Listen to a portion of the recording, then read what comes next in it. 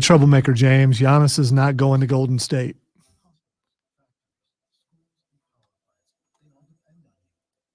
Golden State's probably going to make the mistake of trying to hang on to everybody for one more year and then realizing that they probably shouldn't have done that. I don't think they can, honestly. The team's not getting better. Rashad has been here for a while. Yeah, no, I know. My computer's off right now. Yeah, we'll just wonder how that happened. I don't know. Your pin drops are very precise, though. I mean, they are. It's you can't do that on a consistent basis like you do, and not be like has to directly get down and hit that button. Rashad Beard, what's up, big fella? What's going on, guys? How you doing, buddy? Feeling better? Good. Hanging in there, yeah. Love that. This stuff is rough, isn't it? It had me out for like a couple days too. So yeah, it's tough. But I'm good. I'm good. Much better than I was. Didn't want to come coughing all through your audio broadcast, you know what I mean? We appreciate it.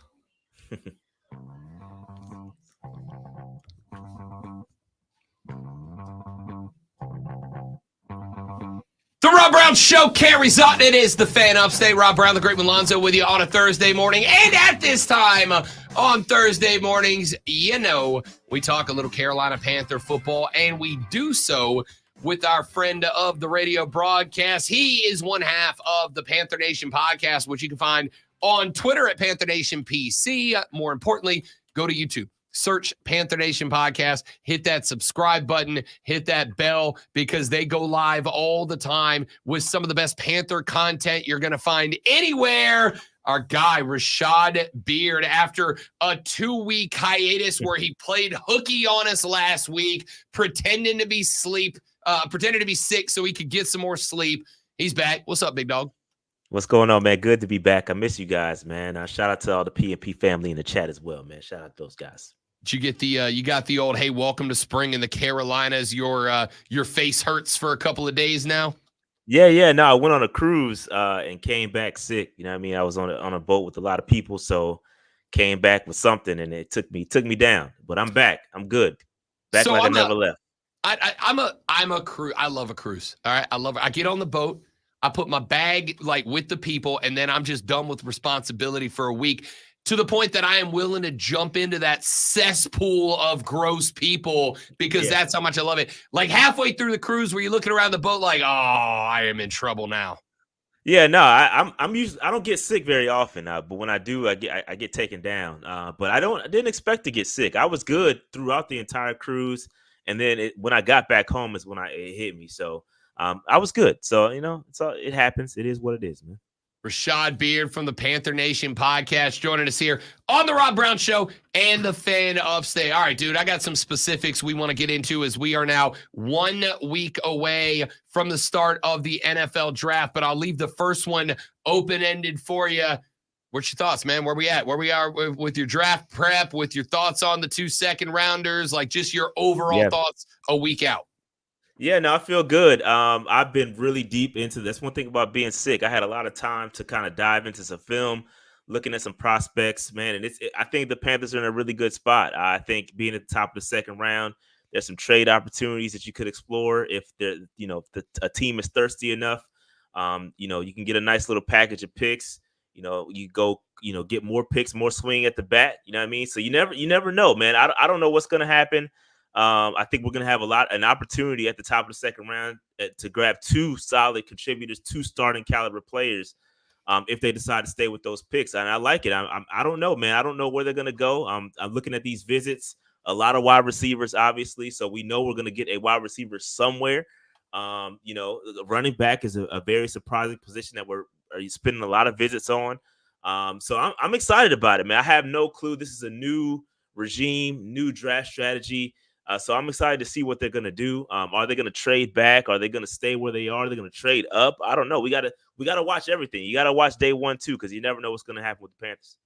So let's dive into the heavy part, which is, because you brought it up, I've heard it brought up a couple of places, the thought that there's a chance to package up the 2 number 2s and jump back up into the first round. And obviously, we got to see what other trades are out there. There's thoughts that Arizona might trade back. There's thoughts that Minnesota might be looking to move. There's a lot of teams that can move around to the first round, and obviously that's going to impact the value that Carolina has with those 2 first-rounders. So instead of looking at it from that angle, Rashad, let's look at if you're going to jump up into the first round, give me a list of guys that you would consider worth it. Because I got one, but it's not super long, and I'm worried that the guys that are on this list are at a position that is super deep. Yeah, I don't know that I'm gonna be interested in trading up, just because I don't know, man. That 5th-year option is very valuable. You talk about that getting back in the first round and getting a 5th-year option. But if I'm gonna do it, man, there's a couple of names. Brian Thomas Jr. is one from LSU that I would consider. I don't know that Ladd. I don't know that I trade up for Ladd. Again, like you just mentioned, the wide receiver class is so deep. I don't know that I would trade up for a wide receiver per se. If you're gonna look defensively, I may excuse me, I may trade up for Darius Robinson. The edge is not that deep, so that's one I may look at. But I don't know, man. I don't know that I trade up. I think that I would stay where we're at and kind of see how the chips fall, because there's always a guy. There's always one receiver or one name that falls to that second round that somebody's going to want, and it's going to give you the opportunity to either trade back or take said player. So I think the Panthers should take the patient approach and just see what falls to them. This draft, to me, Rashad, is super interesting because there is a lot of potential movement. I don't know when the runs start. I absolutely think there's going to be a wide receiver run. I also think there could be a wide receiver run and still leave one of those guys available at 33. The problem to me is going to end up being an edge rusher, because I think it's a super valuable position this year. There's a lot of teams looking for him, and there are some good ones out there, but it's not nearly as deep as wide receiver. I think if to me, the problem is if you're going to jump up to get a first-round edge rusher, you pretty much take away your opportunity to get a wide receiver. And if you're going to take a wide receiver, you jumping up into the first round, I think you might end up overplaying your hand a little bit, because I think some of those guys are available. Man, it's a real thin line Dan Morgan's got to operate on here. And not only that, I mean, you talk about edge rusher, I think, and we took a poll on our show on Tuesday talking about the biggest need on the roster. A lot of us think that the cornerback is a position of need, a bigger position of need than edge rusher. So there's some needs that we need to check, and you're not going to be able to check all the boxes. So I don't know. I maybe we trade back. Maybe we sit there at 33 and see what's there. And if there's 6-7 guys that we want, you trade back and try to pick up another third or fourth, see what you can do there. But you're right. I mean, edge rusher is very, very thin. You're talking after Darius Robinson, Chop Robinson, Jared Verse, after those guys are gone, man, it gets real thin. And luckily, I think we need a rotational guy. I don't think we need a day one starter at edge rusher because we have a Clowney, because we have a Wanham. I think we could survive the year without a day one edge rusher. But we do need some rotational guys. We have athletes. We don't necessarily have a guy that's going to go out there and change the game yet. So I don't know, man. There's a lot of holes on this roster that we got to check. And I got to be honest, another name out there that if he's sitting there at 33, my man JPJ, Jackson Powers Johnson, I have a hard time passing him up as well, because we're sitting here with Corbett as our starting center who hasn't played a full season in 2 years. So there's a lot of ways you can go, a lot of ways to get in the cat here. This is interesting to me because obviously we've had a handful of texts and tweets to the show here on the Rob Brown Show and the Fan Upstate from folks that are going, all right, Rob, who are we picking? Who we ended up with? And the answer is I got no damn idea. I can give you a list of guys I think are on that spot, Rashad, but I don't – I know this is true of every team every year, but it's more intense this year. I have not been able to come up with a situation for your team or mine over the past handful of years where it feels like your first pick is so fluid. There's 1,000 things. It's other teams moving. It's where the runs are. It's depth of quality. Because, again, cornerback. I agree with you. That's a need. I also think there's a couple of cornerbacks that feel like they're game changers out of the gate, and you got to give up 2 picks to go. 2 picks probably plus another one somewhere down the line to go get that guy versus rolling the dice on 2 wide receivers in the second round, or a wide receiver and a cornerback that maybe doesn't have immediate star caliber quality, but you can trade. I honestly, dude, I don't know what the attack is here. I hate to say it, but if you're a fan, I think you got to take the "in Dan we trust" methodology next Thursday night. I mean, we don't have much of a choice. I mean, we've got to sit back and watch the show. And I listen, one thing's for sure, we're going to take a wide receiver. I can assure that. That I do know. We need some help at wide receiver. You know, we got an aging Adam Thielen, Deontay Johnson, who we think is going to be great, is only here for 1 year, right? We've got to extend him if we're going to keep him on the roster. So we've had, like, I don't know, 11, 12 visits with wide receivers. So one thing is for certain, we're going to take a wide receiver. Where? One is leaning towards going to be in the second round. One of those picks is going to be most likely on a wide receiver. So I'm excited, man. Between Xavier Worthy, Lad Johnson, Xavier Legette, there's a lot of good talent out there. I hope we grab one of them, and everything else from there, who knows what's going to happen. We have some boxes to check. There is some needs, interior offensive lineman, edge rusher, cornerback. We've got to get those. We've got to get those positions checked. But luckily, we have a lot of picks, and we'll see what Dan Morgan decides to do. I'm excited about it. Let me give you a guy I've been on a pendulum back and forth with, and it's Ladd McConkey, right? Because initially it was, I'm not really interested. You're just grabbing Adam Thielen Jr., Adam Thielen Volume 2.0. Then I thought, well, I mean, Adam Thielen's aging. If he's going to be a big part of the offense, it'd be nice when he does age out or leave to just swing the young Adam Thielen in there. Maybe it's really not a bad pick. Now I've kind of come back around to, hey, you got Deontay for a single year. If he does have a great year and somebody else is going to pay him to get him up out of Charlotte, I need that next guy on the roster. I don't want to go back-to-back wide receivers if I don't have to. And that ain't Ladd McConkey, who is Adam Thielen Volume 2.0. I like, there's half of me that thinks that would be a great pick at probably 39, maybe 33, if he's the best receiver on the board. And there's part of me that goes, look, if there's a deep run and you start seeing the Xaviers coming off the board earlier than you expected, now I'm trading up to get a premium guy because he's not a one. And as much as I think you've got your one in Deontay, you got to find the one of the future right now. Am I getting too aggressive here? I don't know that I'm trading up, because I think there's some other options, but I do love Ladd. I'm a Ladd guy too. I think, comparing with Thielen is, I gotta be honest, Rob, that's a bit lazy. Are you comparing him to Adam Thielen because he's white? No, is that what we're doing? I'm not. Rashad, why would you do this to me? I thought we were friends, dog. I'm just asking.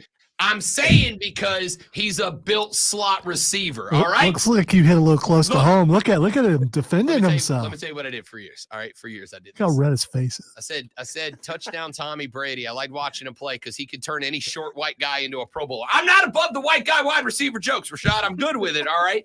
I'm saying because he's a slot receiver. I take my Panther football very seriously here, Rashad.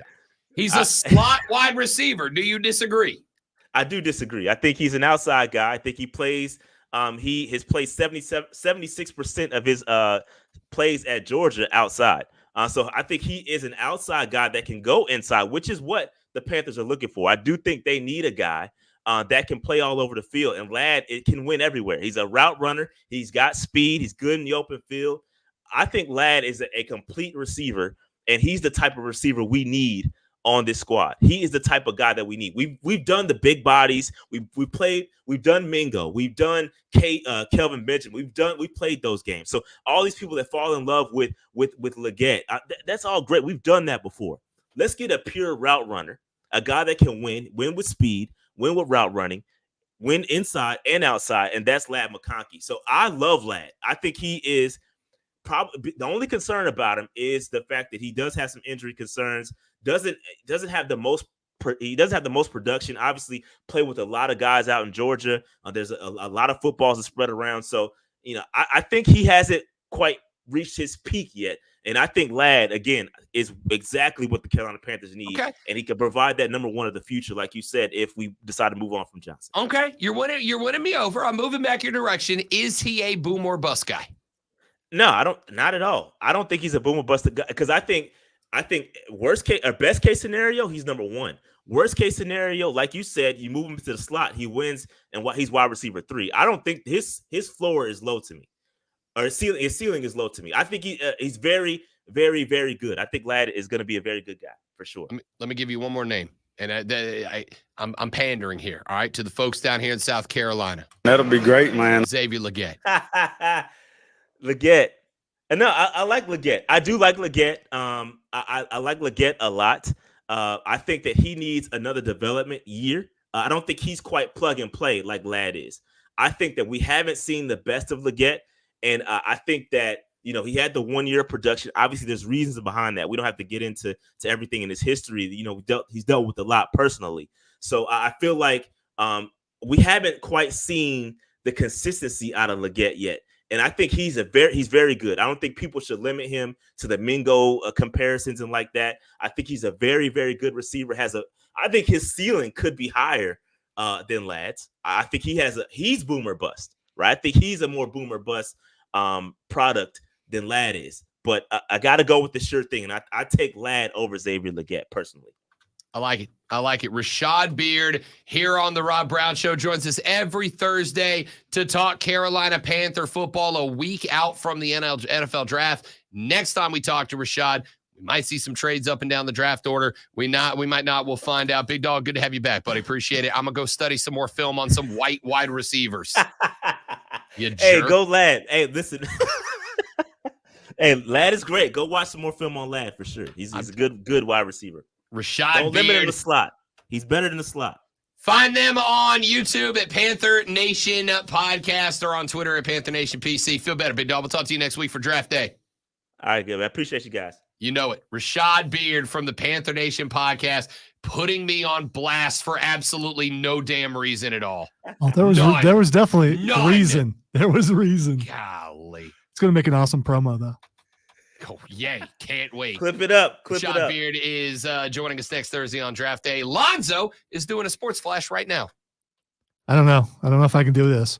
Atlanta Braves finished off a sweep of the Houston Astros yesterday with a 5-4 win in extra innings. The Braves notched 2 in the 8th after a throw-in error scored Michael Harris II.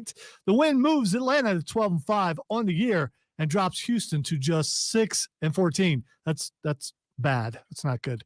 Speaking of not good, the Atlanta Hawks season came to its conclusion last night with the loss to the Chicago Bulls 131-116. Clint Capella, Trae Young, Bogdan Bogdanovic, and Dejounte Murray combined for 95, while the rest of the team was responsible for 21 total. Kobe White notched 42 for the Bulls, while Nikola Vucevic and DeMar DeRozan scored 24 and 22 respectively.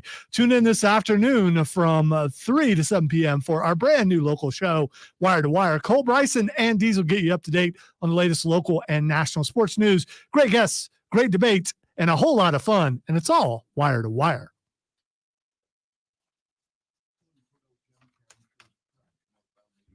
Yay, the Jam Cam is back. Woo! He said Jam Cam. It's my favorite.